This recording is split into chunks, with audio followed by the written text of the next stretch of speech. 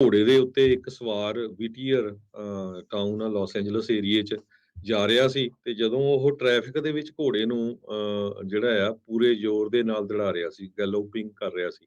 ਜਿਹਦਾ ਮਤਲਬ ਇਹ ਹੈ ਵੀ ਘੋੜੇ ਨੂੰ ਬਹੁਤ ਤੇਜ਼ੀ ਨਾਲ ਦੌੜਾ ਰਿਹਾ ਸੀ ਤੇ ਕਿਸੇ ਨੇ ਪੁਲਿਸ ਨੂੰ ਕਾਲ ਕਰਤੀ, ਪੁਲਿਸ ਵਾਲਿਆਂ ਨੇ ਦੇਖਿਆ ਉਹਨੂੰ ਰੋਕਣ ਦੀ ਕੋਸ਼ਿਸ਼ ਕੀਤੀ ਪਰ ਉਹ ਰੁਕਿਆ ਨਹੀਂ। हुँ। ਸੋ ਉਹਨਾਂ ਨੂੰ ਸ਼ੱਕ ਪੈ ਗਈ ਵੀ ਇਹ ਕੁਛ ਨਾ ਕੁਛ ਸਮਥਿੰਗ ਰੋਂਗ ਆ।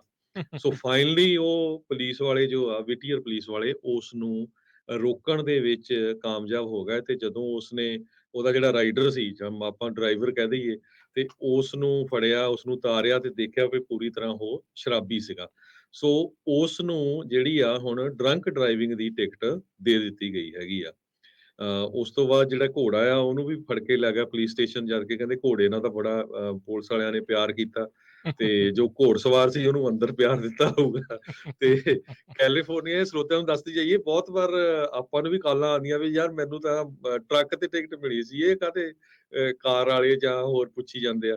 ਸੋ ਟਿਕਟ ਜਿਹੜੀ ਹੁੰਦੀ ਉਹ ਲਾਇਸੈਂਸ ਤੇ ਮਿਲਦੀ ਆ, ਚਾਹੇ ਤੁਸੀਂ ਮੋਟਰਸਾਈਕਲ ਚਲਾਉਂਦੇ ਆ, ਚਾਹੇ ਤੁਸੀਂ ਕਾਰ ਚਲਾਉਂਦੇ ਆ, ਚਾਹੇ ਤੁਸੀਂ ਟਰੱਕ ਚਲਾਉਂਦੇ, ਚਾਹੇ ਹੁਣ ਤੁਸੀਂ ਘੋੜਾ ਦੜਾਉਂਦੇ ਆ। ਸੋ ਕੈਲੀਫੋਰਨੀਆ ਦਾ ਵਹੀਕਲ ਕੋਡ ਉਹ ਇਹ ਕਹਿੰਦਾ ਆ ਵੀ ਜਦੋਂ ਤੁਸੀਂ ਕਿਸੇ ਐਨੀਮਲ ਤੇ ਰਾਈਡ ਕਰ ਰਹੇ ਆ ठीक है। ਸਟੇਟ ਰੋਡਵੇਜ਼ ਦੇ ਉੱਤੇ, ਸਟੇਟ ਦੇ ਜਿਹੜੇ ਕੋਈ ਵੀ ਸਟੇਟ ਦਾ ਰੋਡਵੇਜ਼ ਆ, ਤੁਹਾਡੇ ਉੱਤੇ ਉਹ ਸਾਰੇ ਰੂਲ ਲਾਗੂ ਹੁੰਦੇ ਆ ਜੋ as a driver on a vehicle. ਜੇ ਜਦੋਂ ਤੁਸੀਂ ਐਜ਼ ਅ ਵਹੀਕਲ ਡਰਾਈਵ ਕਰਦੇ ਆ, ਚਾਹੇ ਤੁਸੀਂ ਘੋੜੇ ਦੀ ਰਾਈਡ ਕਰਦੇ ਆ, ਸਾਰੇ ਰੂਲ ਸੇਮ ਹੋਣਗੇ।